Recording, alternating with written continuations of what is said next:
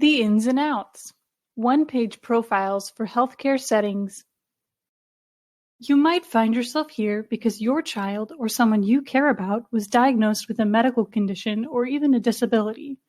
Already, there are piles of documents about that child, but those typically only focus on the medical condition, treatments, and concerns. People who love this child want their healthcare providers to know who this child is beyond that medical diagnosis. But how? Consider creating a one-page profile. Throughout this video, we'll go over what a one-page profile is, why you should create one, and how you can create one at home. A one-page profile, or a one-pager as it's also called, is a tool used to share information about someone. This profile includes important information that can be tailored for specific situations, audiences, and contexts. Now you're probably wondering, how do I create a one-pager? Before you begin, ask yourself these questions to create a focused one-pager with great intentionality. Firstly, you'll want to ask yourself, where do I want this to be used? The geneticist's office, the pediatric clinic, the children's hospital, or radiology and imaging center? In what context will this be used? Next, you'll want to ask, what do I want those in that setting or context to learn from our one-page profile? And what supports work best for the individual in this setting or context? An important place to start, regardless of context, is what you love about this child and what people admire or appreciate. Focus on their personality, gifts, abilities, and admirable traits. Avoid functioning levels, disability labels, medical conditions, or limitations. Then, think about what's important to the child in this context. What helps the child feel safe, comfortable, or happy? Maybe it's knowing what to expect before something happens, or being spoken to as the competent teenager he or she is rather than as a child. Maybe blood pressure cuffs scare the child, so using a wrist blood pressure monitor is important to the child in a medical context. Lastly, address what supports are really helpful to the child in this environment or context. If you're struggling to come up with information, here are some questions you can ask yourself that will prompt your thinking about what you want to include.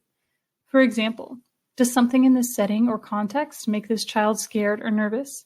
What support will ease that anxiety or discomfort? Are there communication differences to be aware of, and how are those best supported? How can staff prepare for the appointment? Are there things that could be avoided and obtained in a more comfortable setting, like a height and weight or blood pressure measurement? Are there accommodations that are helpful? And any other medication or tips that you want to share to make this as comfortable as possible. That's a lot of important details to consider when creating a one-pager. And now that you've gathered all that information, what do you do with it? Once you think you've gathered the important information, remembering to keep it brief and to the point, which helps make it easy to read, you'll put it in a template that reflects who the individual is. Sites like chefkids.co.uk provides dozens of templates that you can choose from. There's a wide range of themes, including dogs, floral, and space. Be creative and let your template reflect who your child is and what your child loves. Colors, themes, and pictures can communicate important details without words. After you've put in your information and created your one-pager, be sure to print copies to have in your go bags, your car, and other convenient locations. Most importantly, share it with the audience you wrote it for. They'll appreciate the information and your visits will go more smoothly. Don't forget to keep it up to date over the years, and as you learn new important details. Here is an example of a one-page profile a family created for their daughter Sophie to be used in healthcare settings. Sophie has high support needs and medical settings aren't her favorite. But when she's well supported, appointments and procedures can go very well. You'll see Sophie's one-page profile begins with what people love and admire about her. Reviewing those bullet points can give you a quick sense of what type of person Sophie is and even what topics of conversation you could begin engaging her with. This provides a positive introduction into the healthcare setting as opposed to being introduced with a litany of labels and diagnoses. Next, the profile specifies what's important to Sophie in these settings. For example, note the comment about having access to her treasured bag of photos. Just that simple note tells you what Sophie will want to have in her hands and what you might talk with her about. Additionally, note the comment about not being forced to do anything, especially non-essential procedures such as height and weight measurements. Sophie is a patient whose health is closely monitored by family and support staff who can provide that information.